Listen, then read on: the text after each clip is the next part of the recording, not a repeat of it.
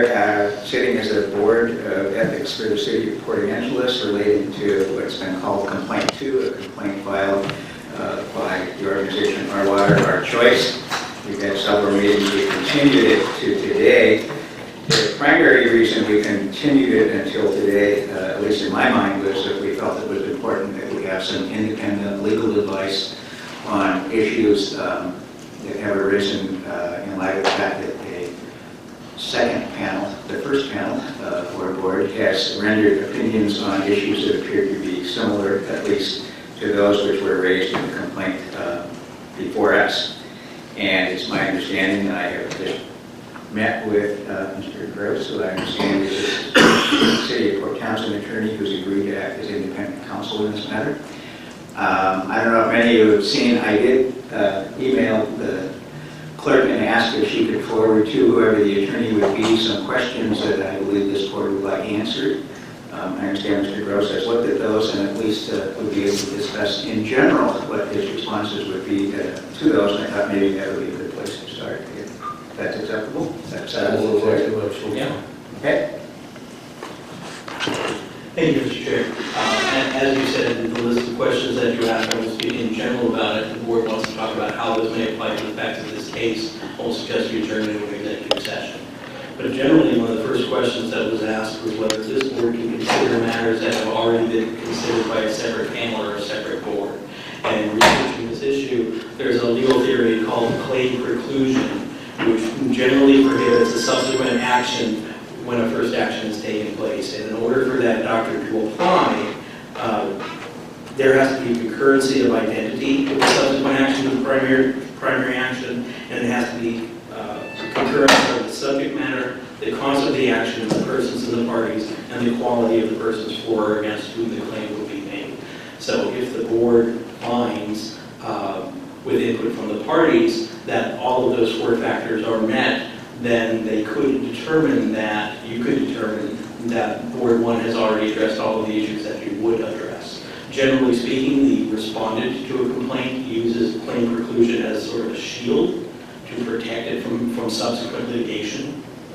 And so it would be on the burden would be on the respondent in this case to establish that claim preclusion should apply. Right, thank you.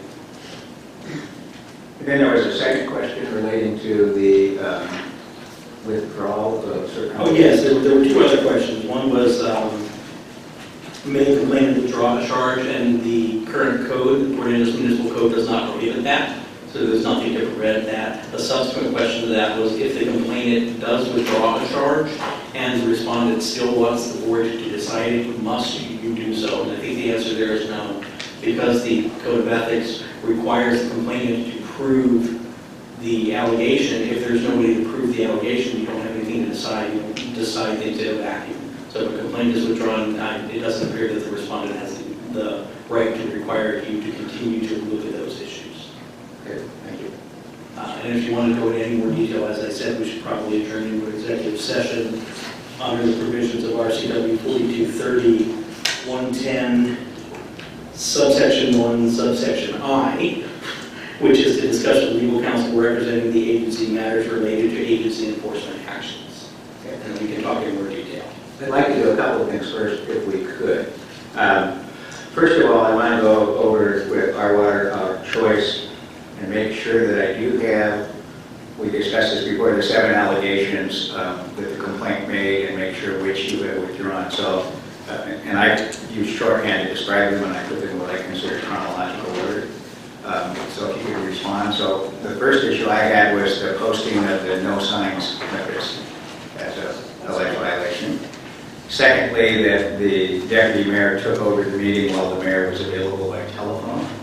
Correct. Okay. Third, that speakers were interrupted. Yes. Okay. And I understand that's one that's been withdrawn. Yes, anything to do with the actual meeting, the council meeting, has been withdrawn. As far as the disruption and anything that belong with that. Okay. So gavel Councilman Lee Wetham out of order. Is that? We want to do that because that was not addressed individually yet. Okay. Declare a 5-minute recess at the end of the comment period without allowing time for council to overrule. That's correct. And you want to continue on that? Yes. Abruptly adjourn the meeting. I think that was would be included in the one that we want to withdraw. So that would be withdrawn. And then the last one I had was didn't allow time for the council to overrule the decision to adjourn. That's correct. Okay. And are there any other complaints that I've missed? The only other one was when we got, Mr. Gase was relieved of any responsibility without hearing what we had to say. Okay. On the sign. And he's covered the sign. Yes, he got the sign. Okay. Okay. All right. Thank you. I just wanted to clarify that. And then a suggestion from our attorney is that we meet in executive session to look more specifically at how this might apply. I would not anticipate that this will take 15, 20 minutes. 15 minutes.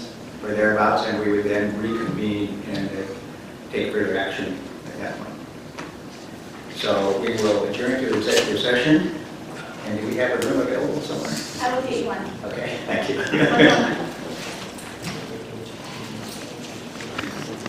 All right, so it's 2:27. We are reconvening following a meeting with our attorney. And a couple of issues I think we can probably deal with pretty summarily. First, the attorney did indicate to us prior to our meeting that the complainant would be allowed to withdraw allegations. They have requested that. So I would entertain a motion that the allegations relating to interrupting the speakers and abruptly adjourning the meeting be allowed to be withdrawn. I so move. Been moved and seconded, we allow the withdrawal of those particular issues. Any further discussion? All those in favor? Aye. So those are withdrawn. And then one of the things I wanted to go over a little bit was we did receive the written findings of fact and conclusions of law from the first board. And I'm looking particularly at this point in time at page 3 of those. And on page 3 it's paragraph 4. And these are 3 of the allegations which they considered. 4E says, a council member was improperly gavelled out of order when asking a legal opinion, which appears to me to be one of the complaints filed by our choice.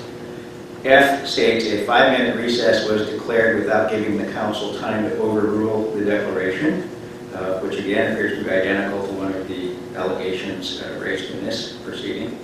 And G says the deputy mayor did not allow time for the council to overrule the decision to adjourn, which again is one of the allegations here.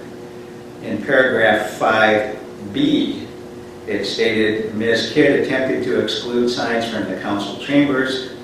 The video recording of the meeting reveals that signs were present inside the city council chambers. This does not implicate any of the provisions of section J, so it appears that that issue was also decided by the first board. Those are 4 of the remaining 5 allegations, and the issue there, as our attorney indicated, would be whether or not they are precluded from further consideration, and I think as the attorney indicated, that's generally an issue raised by the person responding to the charges, sort of shield against further hearing of those which were decided in her favor or not.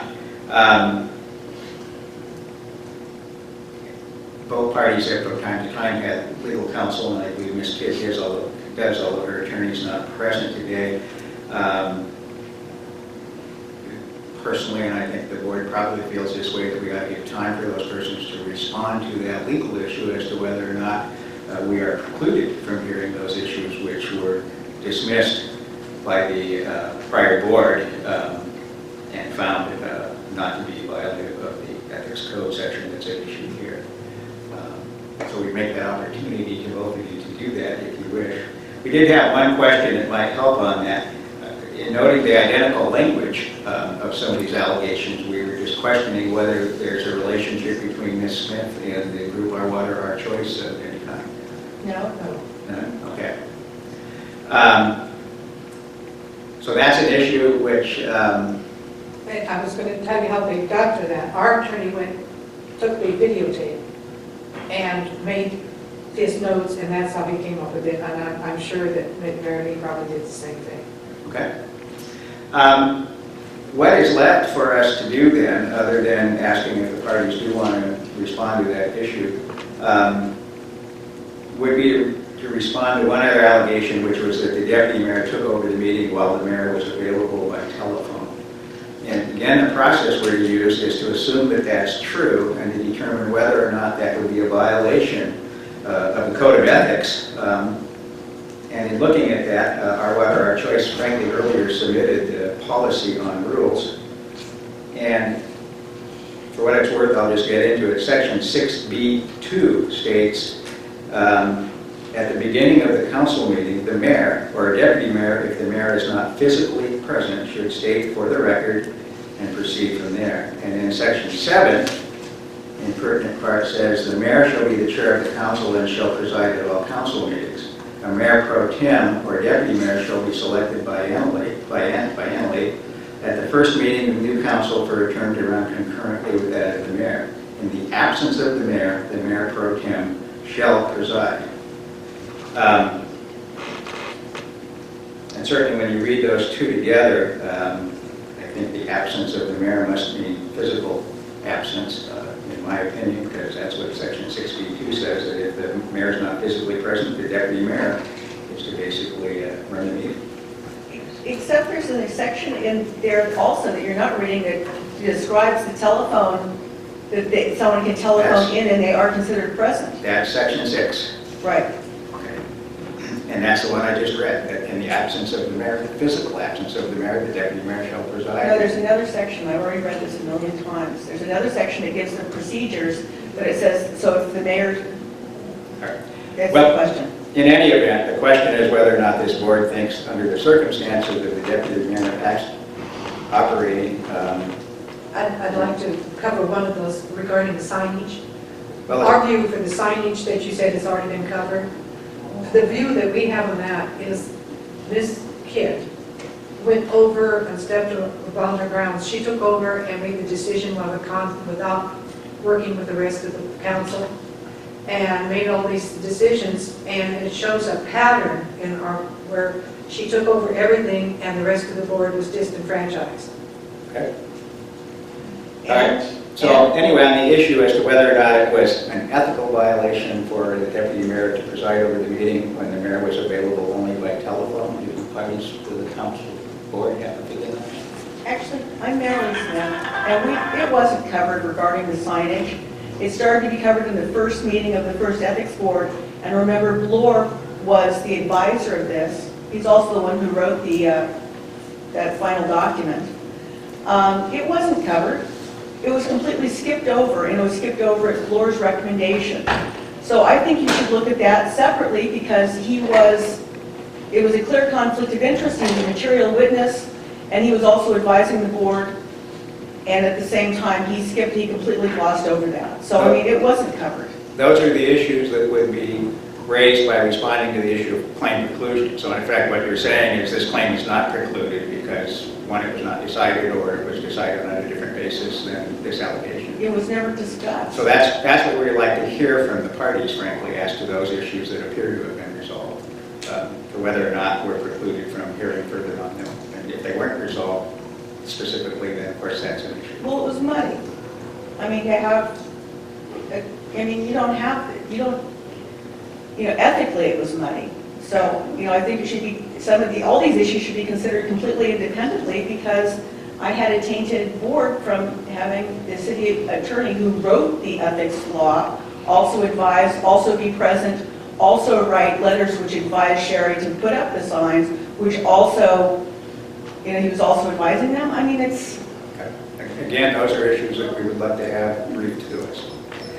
On the issue of whether the deputy mayor could be held that we have violated the Code of Ethics by chairing the meeting when the mayor was available only by telephone. I think terminology of presence would have to be physical, and if he's not present, I think there's a practice that the deputy mayor steps in Yeah, I agree. If somebody rose to a point of order, how would he know if he was chairing the meeting by phone? I think that, Then why do you bother to let them phone into a meeting anyway? Gentlemen, are we going to have free back and forth with the audience, or I'd love to have an opportunity to speak at your pleasure? Mr. Chair, may I suggest that if the board is not going to take evidence or public comment at this time, we require, and instead require a briefing from the parties to this complaint, that you ask the audience to not make any comments, tell them what you want them to brief on, then brief the board on, and move forward. We not ask for argument or further testimony on this issue. And I believe that's probably appropriate. I tend to want to err on the side of letting people speak, but there's a process that needs to be followed. And the process that we're following here is, if we assume everything in the complaint is true, is that a violation of the ethics code? My feeling on this is that while it may be ambiguous even, whether or not the mayor was absent, which is the term used, he certainly wasn't physically present, and it would be hard for me to find that someone who acted under the assumption of the policy that says in the absence of the mayor, the elected deputy mayor shall preside, would be found to have somehow committed an ethical violation by assuming the ordinance that fashion. I assume it in that fashion, frankly. It makes sense that you would not have the mayor try to run a meeting by telephone. That's why you have deputy mayors. And I don't think that under the circumstances alleged, even if it turns out that it was somehow incorrect that the mayor should have been allowed to run the meeting by telephone, that anyone could be held responsible for assuming that was not the case in light of the terminology of the ordinance. And again, as I explained before, the allegation here is serious. It's a breach of ethics. It's a breach of one's duty. I think you need to find some malfeasance, or at least misfeasance under that. I can't imagine that that occurred as far as the deputy mayor, person elected to run a meeting in the absence of the mayor, did that. Certainly the mayor didn't object. No council member objected at the time. But it was never brought to the council for an objection. Let me respond to that. You're saying every member of the council is held to the standard of knowing exactly what the policy is, and yet they didn't object. You did file a complaint that one person who didn't object violated the code of ethics by not objecting. Sure. I think it's a stretch. Because when he announced that he had decided that Ms. Kidd was going to chair the board, at that time they should have taken a vote on it. They did not. They did take a vote. It was just done. It was just done. They did take a vote. They took a vote at the first meeting of the session and elected Mrs. Kidd deputy mayor. She was voted deputy mayor at the beginning of the year. That's what the policy requires. Anyway, you have a motion on this as to this allegation? Yeah, I make a motion that we exclude this one because of presence. Any further discussion? None. All right. All those in favor of eliminating the allegation, or I guess finding that the deputy mayor taking the meeting while mayor was not a violation of the code of ethics, say aye. Aye. All right, that will be stricken by this panel. All right, so we do have issues of claim preclusion. That includes the signs posting issue, the dabbling Councilman Lee Wedham out of order, the 5-minute recess declaration without allowing time for the council to overrule that declaration, and not allowing time for the council to overrule the decision to adjourn. Does the board wish to have input from the parties on those issues? I think that'd be a good idea. yeah, I think that's an idea. Let me ask, how long do you think it would be reasonable to allow you to respond to the questions of claim preclusion, and specifically, this is probably the key issue, whether or not the issues are identical and whether or not the parties are identical or have sufficiently identical interests. That's sort of the issue of claim preclusion. And so, Okay, so either one of you, how long do you think it would be reasonable for you to get us some material on that? do you want it today? We can go through it, and I can speak whatever I know that on it. But Ms. Kidd apparently wants to speak first there. Ms. Kidd? I have some material I'd like to hand to you, please. Well, at this point, we're just asking you to get some sort of a response to the legal issue of claim preclusion. Well, this would be regarded as if I think it would be. You may, you wish that.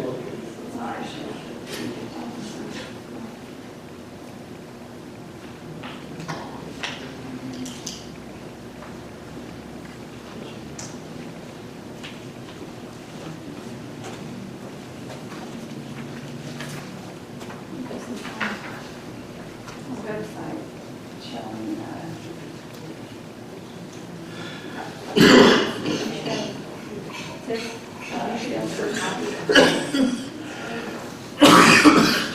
I'd like to see a copy of that also. So you should have a copy for your file. We'll certainly make copies available. I don't know if we're going to have time to go through this today. Mr. Chair, next, just a reasonable briefing schedule, so anything that's submitted, please, distribute to all the parties and get a chance to respond to it.